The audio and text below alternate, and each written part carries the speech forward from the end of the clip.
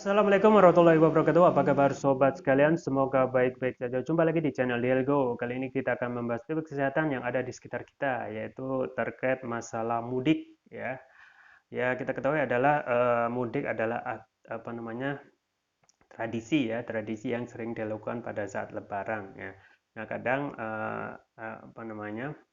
Ada permasalahan yang terkait masalah mudik, yaitu ketika kita mengajak anak-anak dan kemungkinan untuk mabuk atau pusing ya pada saat perjalanan itu sangat besar sekali ya. Itu khususnya usia 2 atau 12 tahun ya, menjadi yang paling berisiko mengalami kondisi ini ya, kondisi sering sick ya, sick ataupun pusing, mabuk ya pada saat perjalanan. Dan mungkin ini juga bisa menjadi tips yang sangat cocok juga untuk orang dewasa. Nah, berikut kita akan sampaikan 7 tips menjaga mabuk perjalanan pada anak saat mudik ya. Mabuk perjalanan atau motion sickness ini memang terjadi ketika otak itu menerima sinyal dari bagian tubuh yang merasakan gerakan seperti mata, telinga, bagian dalam, otot, dan persendian ya. Dan kita ketahui bahwasanya itu sering juga ada sebagian anak yang bisa kuat ya dengan adanya kondisi tubuh yang kuat, diantaranya keseimbangan pada bagian telinga ya. Nah, ada juga yang tidak bisa kuat dengan adanya gerakan ya ataupun apa namanya pada saat mobil ataupun kendaraan berjalan ya. Nah, ketika bagian tubuh yang merasakan gerakan mengirimkan informasi yang bertentangan dengan kondisi tubuh, otak itu tidak mengetahui apakah tubuh diam atau bergerak. Nah, ini yang kadang yang membuat kondisi seperti pusing gitu ya. Ini bergerak ataupun diam gitu ya. Reaksi bingung otak ini yang menyebabkan rasa mual hingga muntah ya. Nah, ini berikut tips mencegah mabuk perjalanan pada anak melansir dari situs Ikatan Dokter Anak Indonesia (IDAI). Ada beberapa tips yang bisa mencegah anak mengalami mabuk perjalanan, dan ini juga bisa diterapkan untuk orang dewasa. Yang pertama adalah duduk di barisan depan atau tengah gitu ya. Posisi duduk yang paling aman dari serangan mabuk berjalan bagi anak dalam mobil adalah barisan depan atau tengah gitu ya. Jika mudik dengan pesawat, anak dapat duduk di posisi tengah sayap pesawat. Guncangan biasanya tidak terlalu kuat ketika duduk posisi ini ya, bisa di depan ataupun di tengah. Yang kedua, tips untuk menjaga kondisi supaya tidak mabuk perjalanan untuk anak adalah melihat jauh ke depan ya. Nah, ini bisa diterapkan dalam perjalanan darat ya. Usahakan anak itu dapat melihat pemandangan jauh ke depan. Hal ini menjadi salah satu tips agar anak tidak mabuk perjalanan. Anak juga disarankan tidak melihat benda-benda yang bergerak cepat ya, seperti pohon yang bergerak sendiri yang kita ingat dahulu ketika kita mudik ya, ataupun kita menaik kendaraan.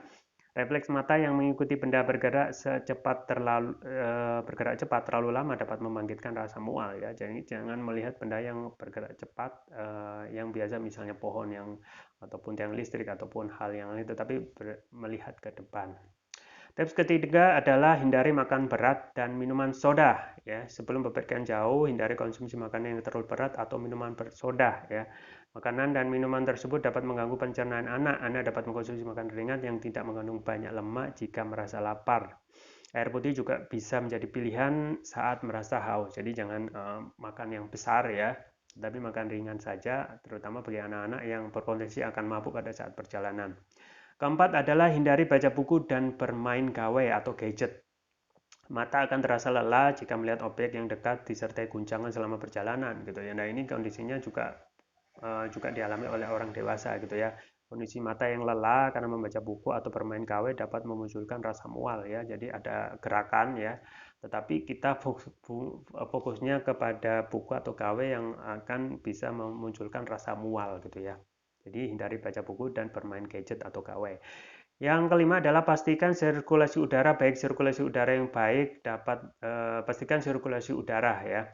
Nah, sirkulasi udara yang baik itu dapat mengurangi rasa mual akibat perjalanan ya. Ada yang seseorang itu cocok dengan memakai kendaraan itu dengan memakai AC, ada yang tidak cocok ya, tetapi lebih cocok untuk mendapatkan udara segar dari luar kendaraan. Nah, ini bisa disesuaikan saja gitu ya. Anda dapat membuka kaca jendela mobil selama beberapa saat agar terjadi pertukaran udara. Saat Anda mulai merasa mual, Anda dapat memberikan minyak aromaterapi gitu ya. Tetapi aroma yang terlalu menyengat perlu dihindari karena dapat membuat anak semakin ingin muntah gitu ya. Yang keenam ya, tips agar tidak muntah bagi anak adalah kecepatan kendaraan stabil ya. Nah, saat mudik dengan kendaraan pribadi, kadang melaju dengan kecepatan usahakan harus dengan kecepatan stabil gitu ya. Kendaraan yang melaju terlalu cepat, kemudian meliuk-liuk ya, naik turun, ya itu dapat mempercepat guncangan yang kuat hingga memancing rasa mual. Anda bisa menepi ya kalau anak-anak itu di tempat istirahat selama 10 hingga 15 menit jika anak-anak itu mulai mual gitu ya. Dengan beristirahat dan mendapat udara segar, setidaknya tubuh dapat lebih rileks untuk melanjutkan perjalanan. Yang ketujuh, yang terakhir, tips kesehatan supaya tidak muntah untuk anak dalam mudik dengan menggunakan kendaraan adalah konsumsi obat mual. Nah, ini tips agar anak tidak mabuk perjalanan. Yang terakhir ini adalah mengonsumsi obat mual ya. Beberapa anak terbiasa mengonsumsi obat mual terlebih dahulu sebelum melakukan perjalanan naik mobil. Menurut WebMD, obat mual idealnya dikonsumsi 30 menit hingga 1 jam sebelum perjalanan. Meski obat mual bisa dibeli secara bebas, Anda disarankan berkonsultasi dahulu dengan dokter sebelum memberikan pada anak ya. Jadi sobat sekalian, jadi memang kita harus menaruh perhatian serius pada anak-anak yang pada kebiasaannya selalu muntah gitu ya, ataupun ada juga yang mereka itu merasakan muntah nanti itu pada saat pertama kali. Yang penting dalam hal ini adalah ada sikap perhatian dari orang tua agar juga memperhatikan hal-hal yang tadi itu ya, termasuk juga membuat perjalanan ini tidak hanya cepat sampai tetapi juga memberikan rasa senang yang salah satunya dapat mengalihkan ya. Kemudian jangan lupa untuk selain untuk menjaga kesehatan ya pada saat kita mudik ataupun pada menjaga kesehatan yang rutin, saya sarankan adalah juga mengkonsumsi propolis gitu ya. Propolis ini mempunyai banyak sekali manfaat untuk menjaga stamina dan juga imunitas tubuh tetap stabil gitu ya. Yaitu propolis yang saya rekomendasikan adalah TPR ya, Turkish Propolis Ruqyah. Ini mempunyai banyak sekali manfaat, diantaranya adalah nanoteknologi ya. Nanoteknologi itu untuk meningkatkan kelarutan dan penyerapan oleh tubuh ya. Jadi dapat mempercepat penyembuhan terhadap penyakit. Kemudian juga ada ruqyah, kita ketahui adalah terapi kesehatan yang sangat dianjurkan ya. Kemudian manfaatnya banyak sekali yang didapat dari TPR ini ya. Bisa salah satunya mengatasi penyakit non medis. Kemudian untuk penyakit berat, misalnya untuk kolesterol, diabetes, asam urat, ya stroke, luka ringan, batuk pilek, tumor, mah, kanker, ginjal, ya. Kemudian dan paru-paru, demam, ya. Jadi ini adalah produk sapu jagat, ya. Hampir bisa mengatasi berbagai macam penyakit dan sudah dirasakan manfaatnya ribuan botol oleh para konsumen, gitu ya.